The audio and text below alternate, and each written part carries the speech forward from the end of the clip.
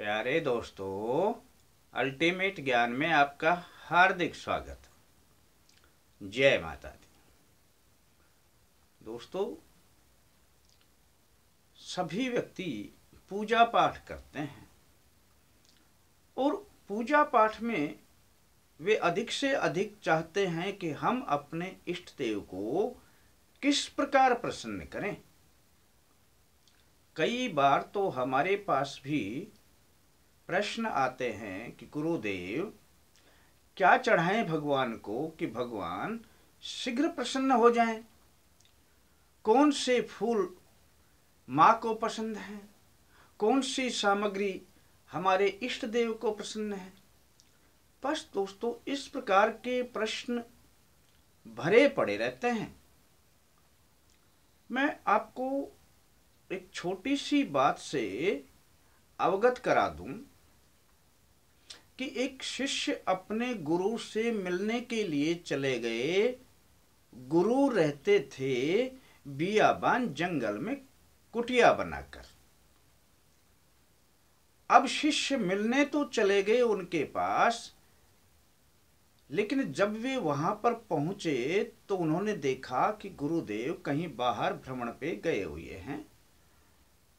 तो उन्हें पता था कि थोड़ी ही देर में आ भी जाएंगे।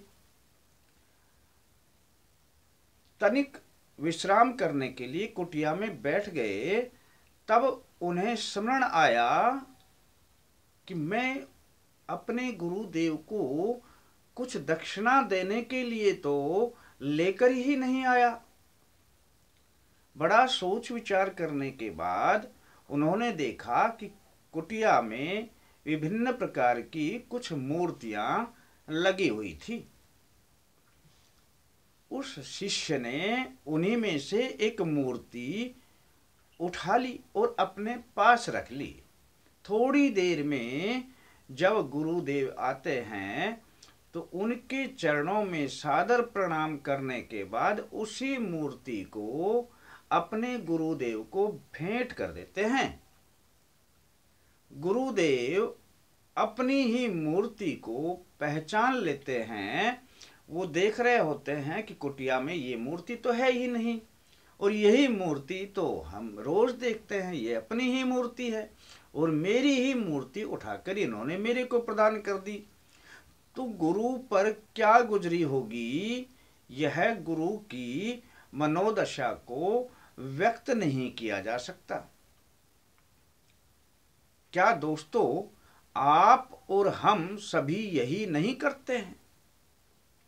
भगवान की बनाई हुई हर वस्तु जो उन्होंने हमारे को प्रदान की है, जो उन्हीं की हैं, और हम उन्हीं को प्रदान कर देते हैं, तो क्या भगवान प्रसन्न होंगे दोस्तों?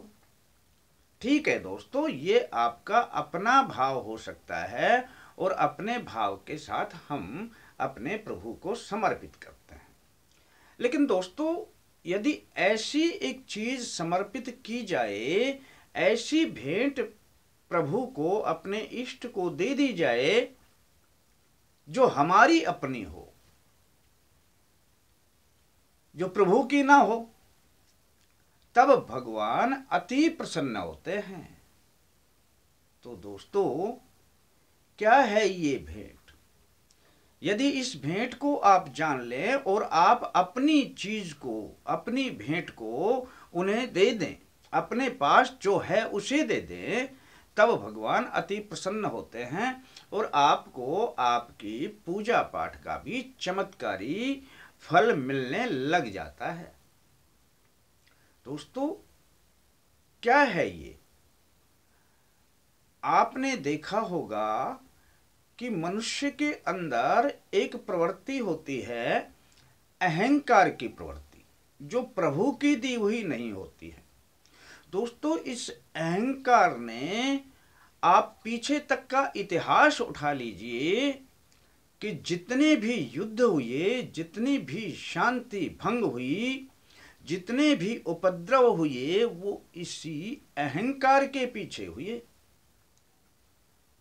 दोस्तों, आज भी यदि हमारे समाज की शांति भंग है तो इसी अहंकार के पीछे है। आगे भी यदि कोई युद्ध होगा तो इसी अहंकार के पीछे होगा।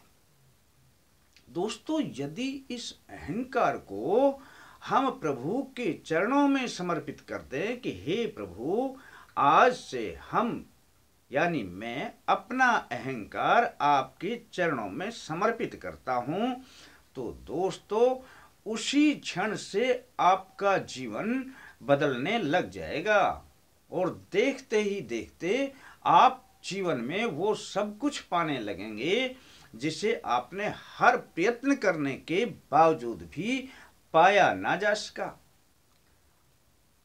कोशिश करें दोस्तों और करके देख लेना और इसका भरपूर लाभ उठाना। अपने ईश्वर के चरणों में अपने अहंकार को समर्पित कर देना।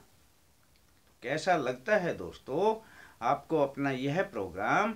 यदि आपको पसंद आता है तो इसे सब्सक्राइब करना ना भूलें और अधिक जानकारी के लिए आप अपनी वेबसाइट की विजिट कर सकते हैं www.ultimategyan.com।